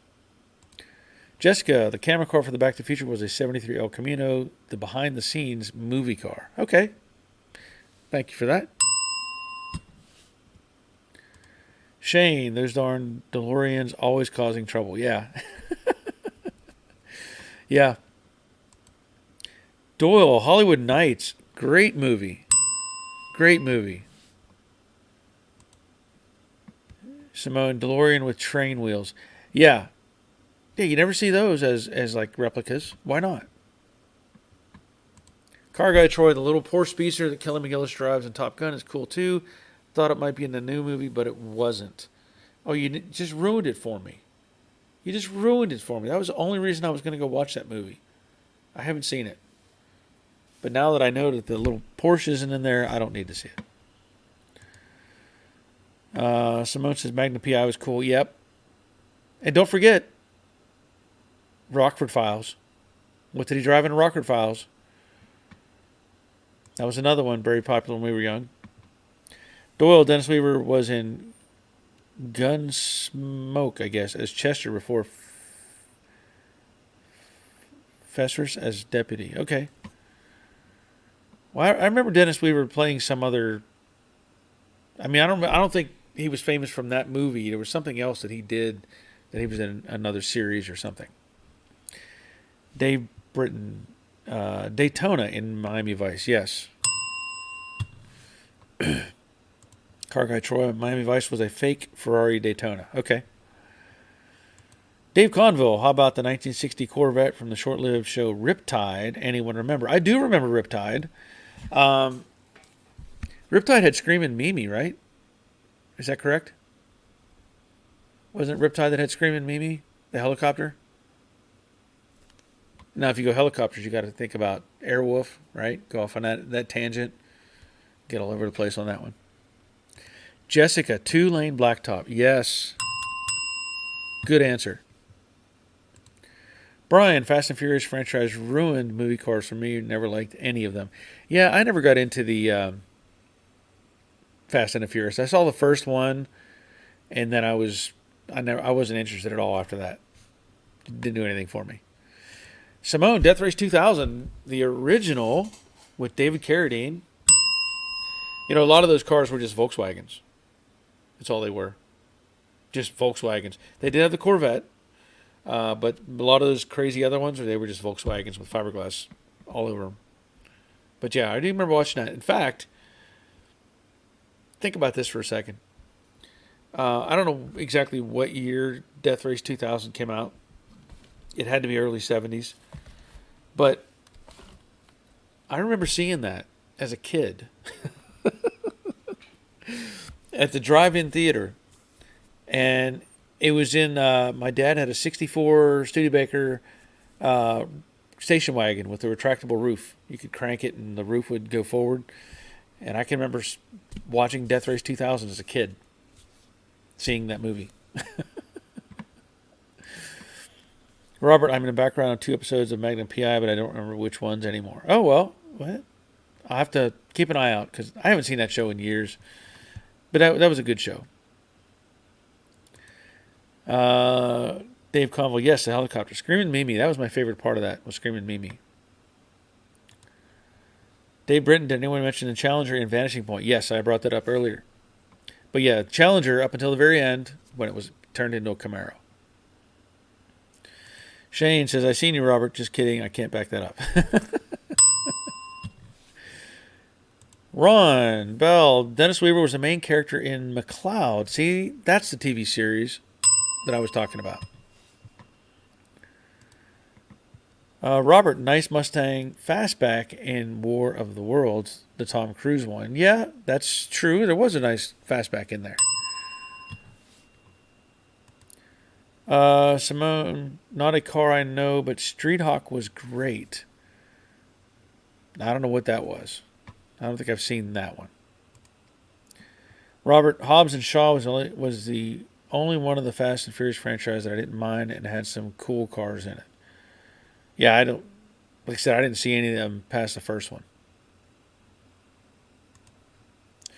Ed, the Munsters.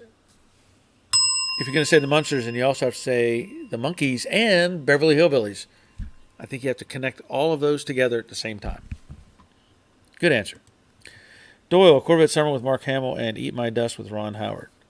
Okay. Now, you want to talk about cars. What's the other one? Used Cars.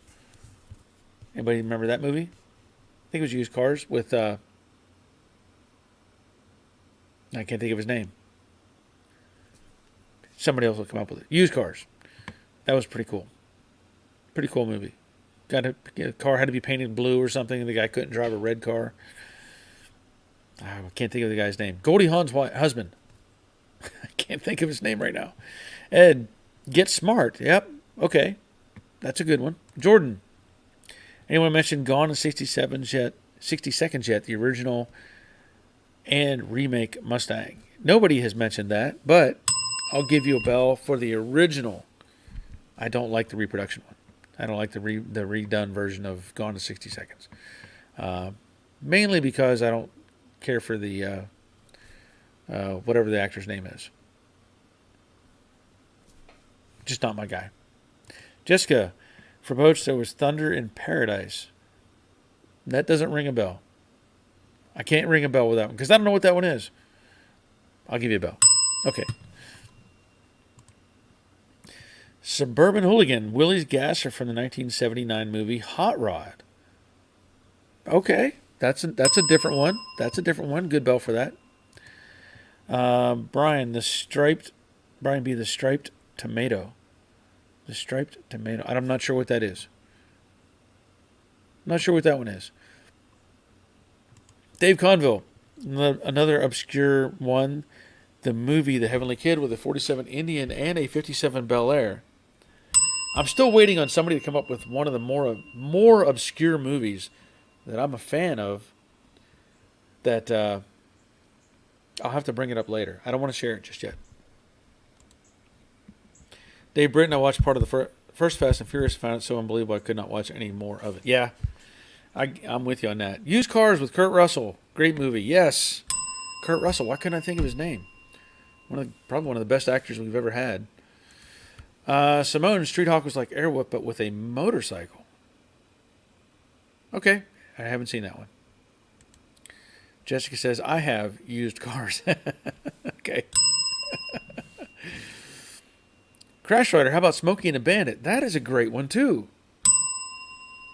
And you could actually connect in Gator and the cars they used in those movies as well. What was Jerry Reed was the bad guy in one of those, and he drove around in that Cadillac or Lincoln, and the giant guy stuck his head out the roof. Yep, used cars. We got two answers. Dave and Ron both come up with used cars. Simone has come up with the Blues Brothers. Great answer. Great answer. Shopcat Industries, funny enough, one of my latest projects is a 1970 Hans Eclipse riding mower go-kart called Goldie Hawn. I get it. Michael, cars can't drive a red car. Yep. Yep. Six pack? Oh, Jessica. That is awesome. That is awesome. I haven't thought about six pack in a long time. And what was the other one with oh man. The Burt Reynolds stock car movie where he drove around in the chicken suit. I can't think of the name of that one. That was a great one too. What was the name of that movie? It wasn't Six Pack. Six Pack. I don't think it was Six Pack. That was another race car movie, but the other one with Burt Reynolds driving around in the chicken suit. Dave Britton, Kurt Russell, Mary Goldie Hawn, one of my favorite actors. Yes. Jordan, Mad Max, awesome. Awesome, awesome, awesome. Dave Conville, was Thunder in Paradise Hulk Hogan show? That I don't know. American Graffiti has great cars. Yes, it does. I agree with that. We're getting lots of responses now all of a sudden. Brian B. The Striped Tomato was the 76 Torino on the Starsky and Hutch series. Now I get it. Okay. Jessica says Thunder was a bad TV show with Hulk Hogan. Terry Keithley, American Graffiti. Shopcat, Airwolf is greater than Blue Thunder. Okay. I get it. Marshall, howdy folks. Dazed and Confused has some good cars and trucks in it. I have never seen that movie, but I have heard of that. Thank you for that. Starsky and Hutch, Gran Torino, which we can also say Gran Torino and think about Clint Eastwood. Connect those two together. Rick A. And how about Corvette Summer with Mark Hamill before he became Luke Skywalker? That's another good one. Oh, Ron Bell, White Lightning. Yes. There were several Burt Reynolds race car style movies. Robert, Cannonball Run. I would have loved to see Sammy and Dean Martin in person. That would have been amazing. That was a great movie. Michael, Christine, yes. Suburban Hooligan, The Wraith. You know, Charlie Sheen hated that movie. He hated that movie. But it was a fun movie to me. I mean, it was really interesting. The concept was good, but the Charlie Sheen, he actually hated that movie. Jessica, Heart Like a Wheel. I'm not sure what that is. Sounds like something from a song. Jordan, Cannonball Run. Shane, Gran Torino, Get Off My Lawn. Yes. Oh, Dave Convo. Okay, your obscure movie, Thunderbolt and Lightfoot. That is not the one I was thinking of, but that is a great movie. That is a great movie. Marshall, Stroker Ace. Yes. That is the one where he drives around in the chicken suit. Absolutely right. Car Guy Troy also, Stroker Ace. Phil, hi all. It's interesting how nervous I get before painting. Even a trunk lid. Wish me luck. Cheers. Good luck, Phil. Good luck. I understand your stress. Good luck with that. Jessica also says Stroker Ace, and Brian says Stroker Ace. Yes. Oh, Doyle, Macon County Line. It was Stroker Ace. Macon County Line. Yes. Y'all are bringing up some really great movies. Mel Gibson, Road Warrior. Yes. Very good, Agent Rock. Thank you. Clyde Torkel's Chicken Pit Special. Yep. Simone says The Van, 1977. That I don't recall. But when I think about The Van, I think about the A-Team. That's all I can think about with The Van. But I have not seen that. Stroker Ace for Rick, yes. Bob Shoemaker, Christine, yes. Jessica, Blue Thunder was shot at my dad's work. Oh, that's interesting. Jordan, The Green Hornet. I don't think I've seen that movie. Now, I know that there was a more modern remake of that movie, but I don't think I've seen that one. Gator, yes, very good, Terry. I like it. Dennis Paulson, hi Barry and gang, nice to see the old Chevy in your shop. Thank you, Dennis. Glad you're here. Bob Shoemaker, Stroker, Ace, yes.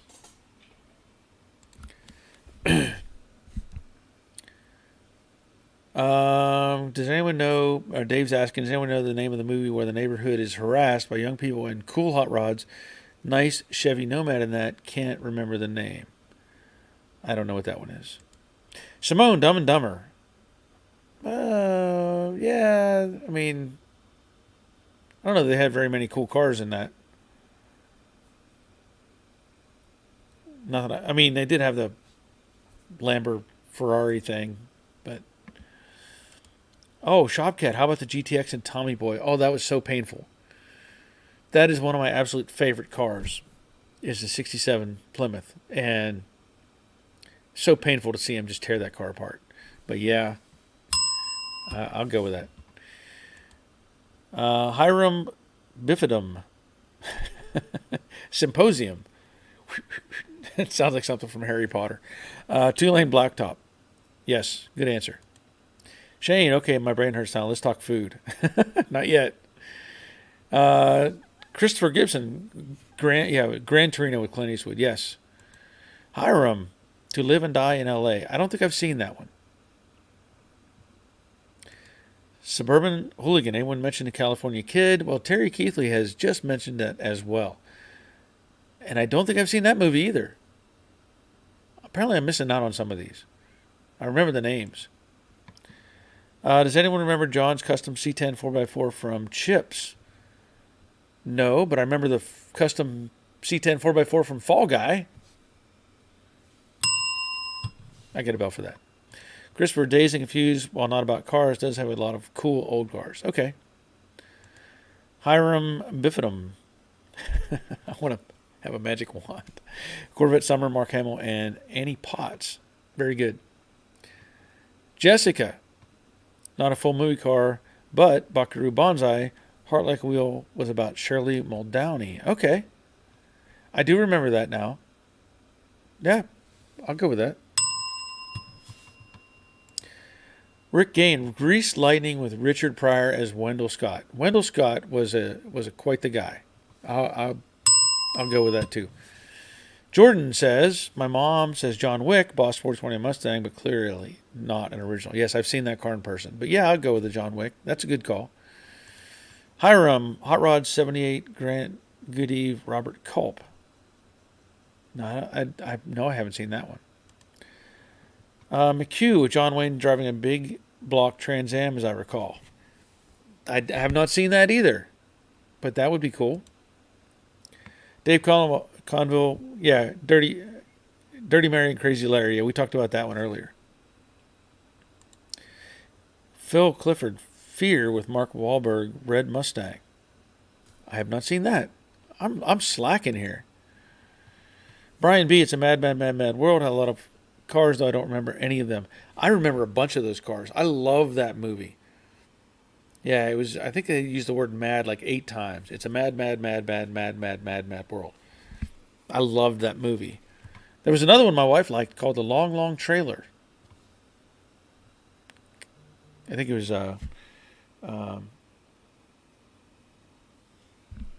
Lucille Ball, I think, was in that one. I think.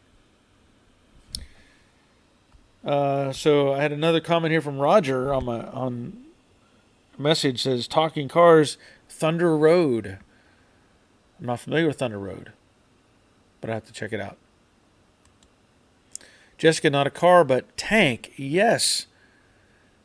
Yes, that was, I just talked about it a minute ago. Rockford Files. Same guy, but tank. Yes.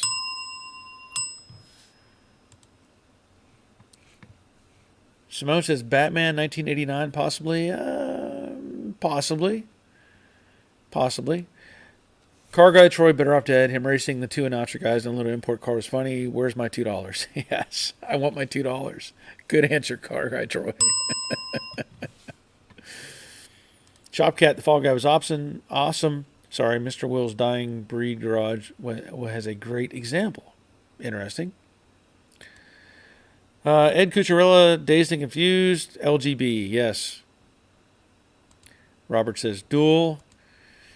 Simone, I'm running out of ideas and getting tired, so I will bow out. Good night, all. Glad you were here, Simone. Glad you're here, Simone. Have a good night. Thunder Road. I think that's what, Roger had said. I need to look that one up. I'll have to look that one up. Michael Pagliarini, Better Off Dead 68 Camaro, yes. Suburban Hooligan, 1989 movie, Catch Me If You Can. Lots of cool cars in that movie. That's I'll go with that. Christopher Gibson, what about the Peterbilt in Black Dog? What about the, whatever it was, Freightliner, I don't know what the truck was, in Who Made Who? The Stephen King movie. Remember that? Oh, the day the trucks and all took over the truck stop. Kind of a crazy movie. In fact, that was the only movie that Stephen King directed, and they talked about that he was like high the whole time and really didn't know what he was doing. Phil Clifford, what happened to the driver in Duel? I don't remember. I mean, I watched it. The truck went over the cliff. But that's all. I think that's where they leave you hanging. You don't really know. I don't know. Hiram, the television show Hardcastle McCormick. Cody Coyote, custom replica of a 69 McLaren M6 GT. That's okay. That's good. Dave Convo, okay, one more. Obscure. Jake Speed had a custom 58 Willys pickup. Have not seen that. There's a lot to keep up with on here. Robert says Vegas, the TV show. Dave Conwell, James Garner was in Tank. Yes. And the Rockford Files. Agent Rock. Yes. Lucille Ball, Long Long Trailer. Rick Gain, the TV show, destroyed a lot of cars, which are now classics. Yes, they sure did. Robert Mitchum. I don't know, is that GE? I don't know what GEO, Moonshine Running. That's a different one. Shane, Night of the Living Dead, no cool cars, but they blew up an old pickup. Okay. Jessica and Real Genius, they take apart a Citroen and put it in a room. Great joke. Oh, okay. Car Guy Troy, My Science Project, 69 GTO. Have not seen that. Dave Conville, how about Honky Tonk Man? Eastwood is a country singer driving around his 37 Lincoln Model K. I did not know he made that movie. I know, what was it? He did make one movie that was like, no, I don't remember that movie at all. I don't remember that movie at all. Dave Britton, Ford versus Ferrari. Yes. I just watched a little video clip on that, and man, the clip where he takes the owner and puts him in the car and goes racing up and down the runway and just gets your blood pumping. Just great movie. Rick Aiden, the Outsiders, one of the gang members had an old 60s Mustang and another had a GTO convertible. Okay. Suburban Hooligan, King of the Mountain, a movie about racing Mulholland Drive in the early 80s. I have not seen that. Rare Rat, how about the movie the B movie Crash from around 77 or 78 with the black 68 Camaro ragtop that turns into a 67, then a 69 in different shots in the movie. Okay, I have not seen that one. There was a speaking of Kurt Russell, there was a movie that came out a few years back where he was some sort of car driver, but he was like a murderer or something. He would drive around, I think it was like a Nova, I don't remember exactly, it was silver, and he would like crash into something and kill people, and then the car would be fine afterwards or something. Stunt driver or something like that. Something like that. It was one of those Quentin Tarantino movies. Jessica, we all forgot Days of Thunder. Yeah. They had some cool stuff in Days of Thunder. I agree. Dave Britton. Since I missed the first of this, I bet Bullet has already been mentioned. Yeah, that was early on. Dave Conville. Did anyone bring up BJ and the Bear, the red and white cab over? That's a great one, too.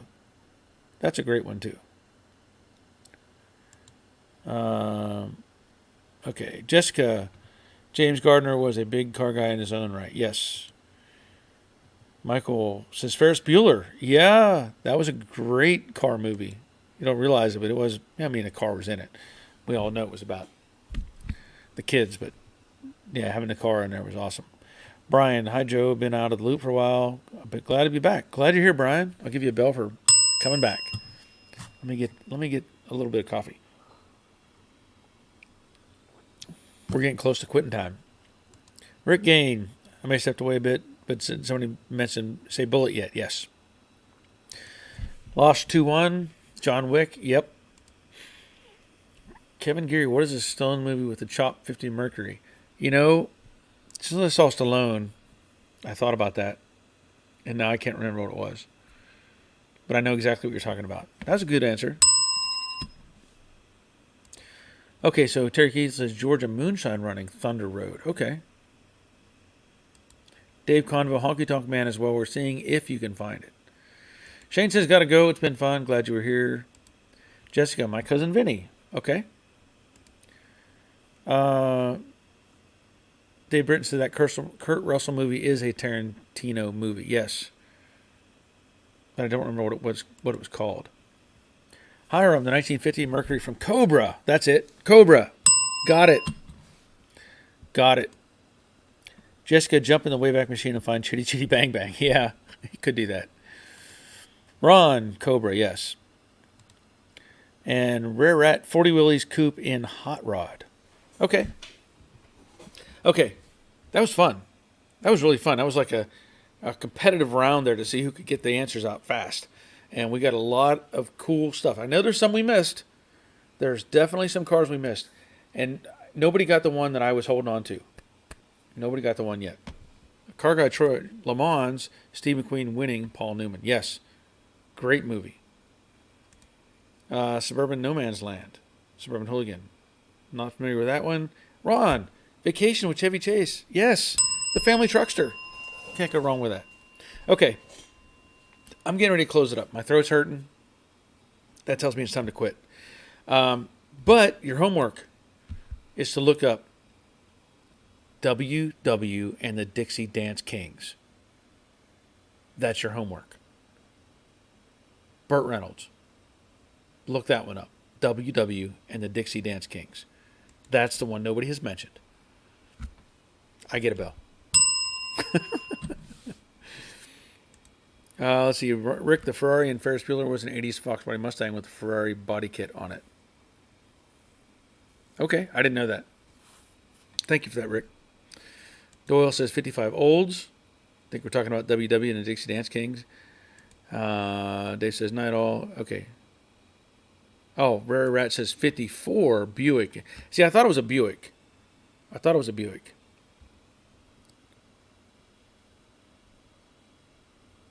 And Michael says Shockey machine was the 50 Mercury. Okay. My throat's killing me. I got to go. This has been fun. I can't say that I will be doing this next Monday. Why? It's July 4th. We all know there's something really important goes on July 4th, right? So I can't say that I'm going to be here to do this again on July 4th. If all goes smooth, we may be going to the lake and hanging out with friends, as we all should, celebrate our independence, and have a good, safe party environment. There's a reason why this country is as great as it is, even though we have problems with the management right now. Hopefully we can get all that straightened out soon and get back to where we need to be. But remember to celebrate your independence, and, it's a good thing. It's a good thing. So, that's really starting to hurt. Anyway, I don't know if I probably won't be here next Monday, but if not, we'll do this again in 2 weeks if I don't decide to do something in between and, share some life with you. But that'll be it for tonight. And until next time, take care of yourselves. See ya.